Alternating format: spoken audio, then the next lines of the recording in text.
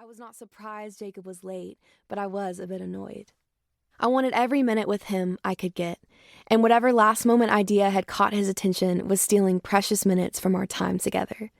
Finally, Jacob's gray Ford pickup turned the corner onto our street. I jumped up with a grin. "Hey, Annie," he called through his rolled-down window. "Ready to go?" "I was ready 30 minutes ago." I pretended to still be annoyed, but I wasn't. Jacob's presence always lifted my mood. I hopped into the passenger seat and buckled up, eager to be on the road. "Can I turn on the radio?" I asked, reaching for the knob. "Only if you turn on country music."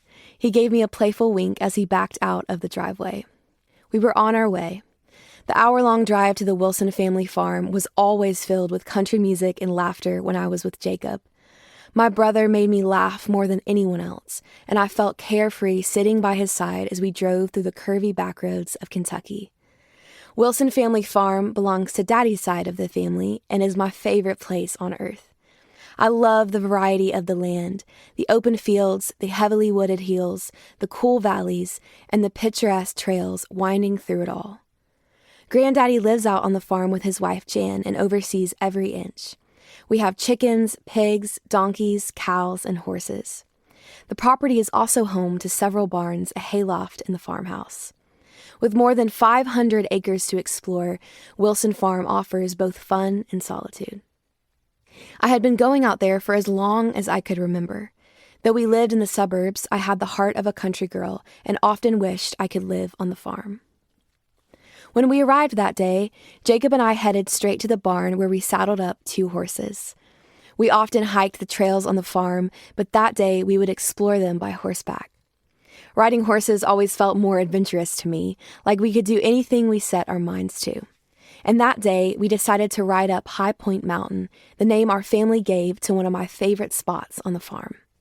From the top, you can look down over the entire property and out across the horizon for miles. Jacob led the way as we rode up the winding trail. Every few seconds, he looked back to check on me.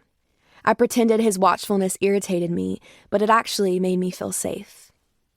I knew my brother would protect me no matter what happened. Once we reached the summit, we tied our horses to a tree and sat down on a patch of soft grass to relax. Those moments on the mountain were always the best part of the whole excursion for me. Jacob and I were the only 2 people around for miles. Staring out over the blue-tinted grass covering the open Kentucky fields below, we shared our dreams for the future. I felt grateful that Jacob let me into his world. Even with 8 years between us, he made me feel like we were best friends. "Well, Annie," Jacob said after a few minutes of comfortable silence, "how are your plans for space travel coming along?" "Very funny," I said, rolling my eyes. "You'll see. Someday I'll be an astronaut and wave at you from space." Jacob laughed, but in a way that told me he was proud of me for working toward my dream. I was following the advice he always gave to my sister Elizabeth and me. Dream big, work hard, and be kind. "All right," he said, "tell me about it again. What makes you want to go to space?" "I don't even know where to begin," I said. Soon I found the words to explain how the wonders of the heavens God created intrigued me. I lay back on the grass and stared up at the blue sky. The breeze was swift and the clouds moved quickly. "Don't you just want to see what all God has made out there in the sky?" Jacob didn't reply. Instead, he lay back and joined me in staring up at the heavens. I listened to the wind moving the gold and orange leaves of the trees below us and thought how perfect this moment was. Then I turned to Jacob and asked him about college, what classes he was taking and what books he was reading. His life, like the sky, fascinated me. In many ways, I hope to be just like him one day. He told me he had just added a political science major to his current literature major. "What is political science for?" I asked, wrinkling my nose. "So I can become a lawyer, Annie," he said, lacing his fingers behind his neck. "I want to find a way to help people through my profession, and that one feels right."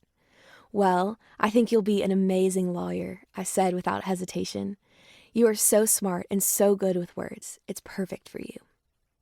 I was proud of my big brother. Entwined with Jacob's adventurous spirit was an old soul. God had given him extra doses of bravery and energy, but also wisdom and a love of learning. He enjoyed To keep listening to this audiobook for free, click the link in the description. It will take you to a free Audible trial where you can listen to this and many other books for free for 30 days.